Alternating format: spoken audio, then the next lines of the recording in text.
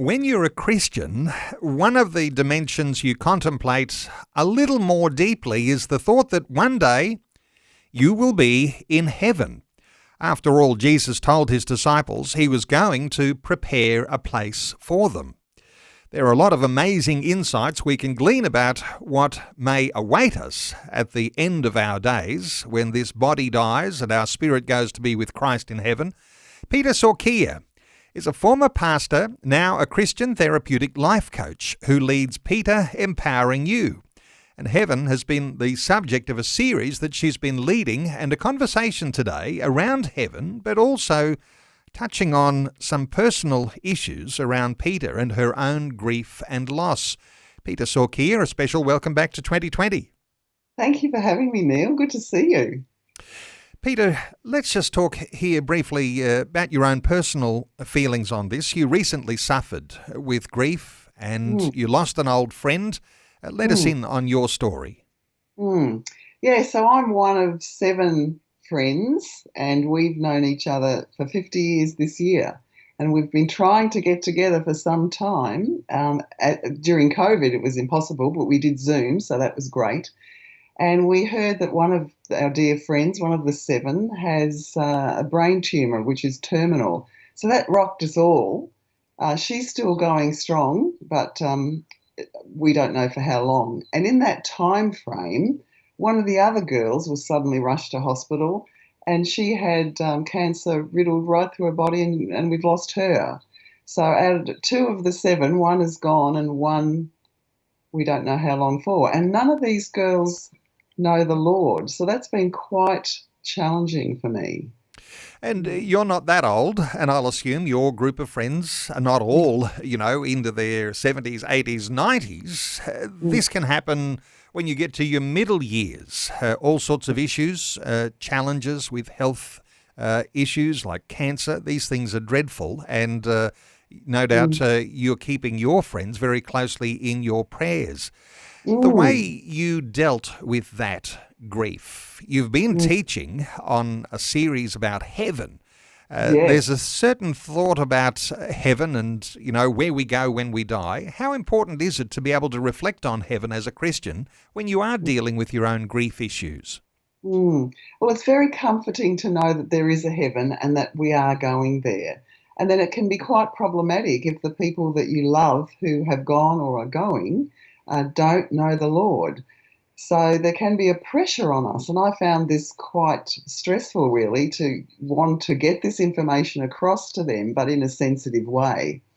And I've known them a long time. They've known me a long time. They've known me pre-Christian. When I became a pastor, they all came to the ceremony and we had a celebration. So they know my journey.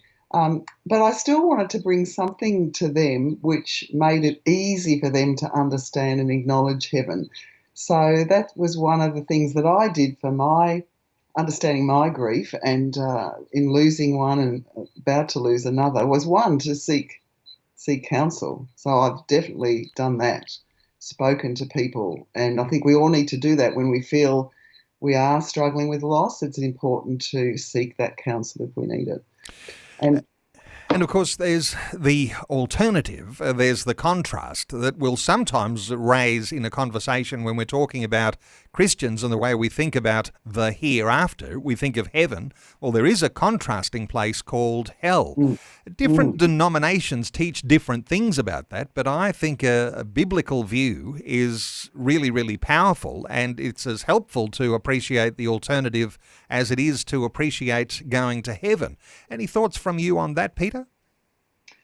Well, there is a place called hell. I believe that, absolutely. A lot of people will say to me, and they could be Christians or otherwise, oh, I think there's an afterlife, but I don't believe in hell. Well, that's like jumping off a cliff and not believing in gravity. You're going to fall if you jump off a cliff.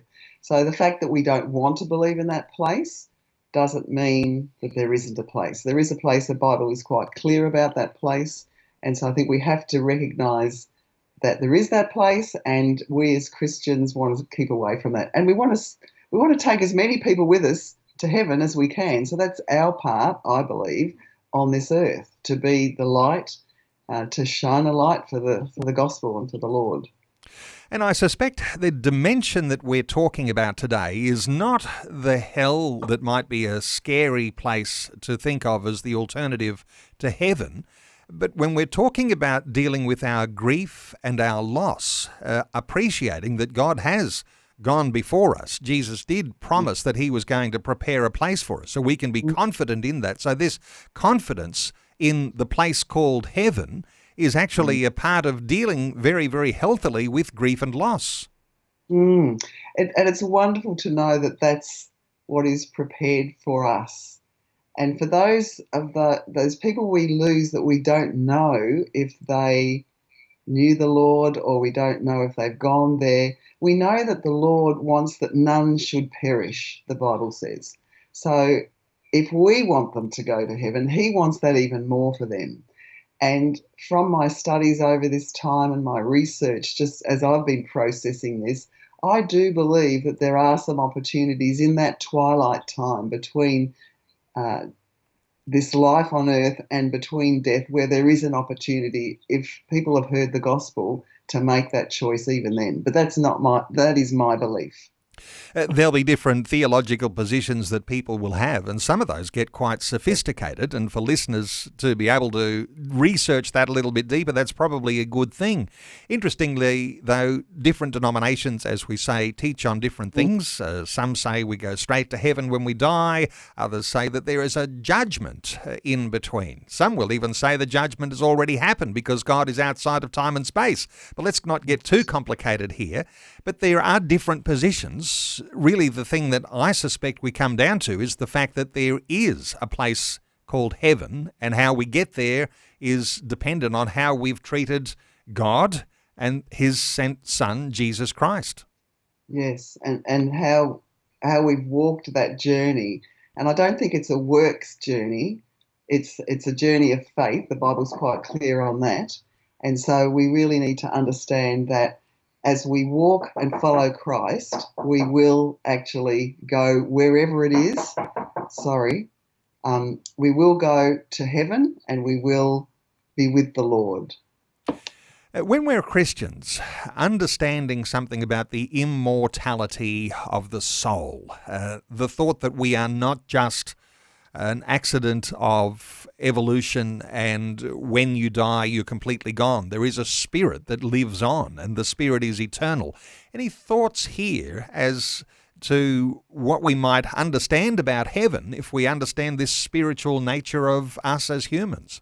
Well, Jesus said that, it was Paul that said that we have a physical body and a spiritual body, so that there are two bodies. And this spirit body lives on. And certainly that seems to be borne out when you look at Scripture and you think about when Paul talks in Corinthians, he talks about, I knew a man who went to the third heaven. And commentaries suggest that that was Paul himself. And I wonder if that was when in Acts he was stoned and he was seen to be dead, and then the disciples stood around him and he got up. So I think that there is this place between this life and heaven and this spirit person, man, woman, that does live on where the body doesn't. So it's apparently the same body, but it's a spiritual body. Peter, come back to your grief for a few moments here. One of the ways you've dealt with your grief is that on your own journey, you lost that friend. She'd been a long-time friend, almost 50 years, and others in the same friendship group potentially going to lose their lives. You've written the words to a song. We might talk about whether that was a therapeutic thing to do, but you're actually taking it through to the fact that it's now been recorded. Yes, well, it just came out as I was going through all of this to write a poem, and which could be set to a song. And I think it's a God thing, because I would never think to do that. And I thought to myself, I haven't written a poem since I was 11. That's quite a few years ago. So my second poem I've written now, and it's called Seven in Heaven. So this was therapeutic for me, but also to have something to give to the other girls and to the girl that has passed away, as a gift to them, as a bit of a message that one day, God willing and God accepting, Jesus accepting, we will be together again. So it's called Seven in Heaven. And as I was praying about that, God gave me the name of a Christian artist and I put it to him. It was a very supernatural thing. He said, look, I'd love to do it. I don't know if I've got the time, but I'll try. And so I got my prayer group praying that it would just download from the Lord, because I wrote the words and I asked him for the melody. And it was downloaded to him on a Friday night and a Saturday morning. He finished at 10:30 and my friend passed away at 10:25 in the morning, the same time. So he's done that. And then my son-in-law, who is a professional musician, he's produced it, and it's just awesome. So all proceeds will go to a fund that I feel passionate about, and that is just to help prevent Indigenous suicide. Well, we're going to have a listen to it in just a moment, but we've been talking with Peta Soorkia. Peta is a former pastor, now a Christian therapeutic life coach. She leads Peta Empowering You. The website is petaempoweringyou.com.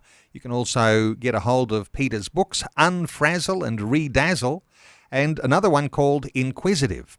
petaempoweringyou.com.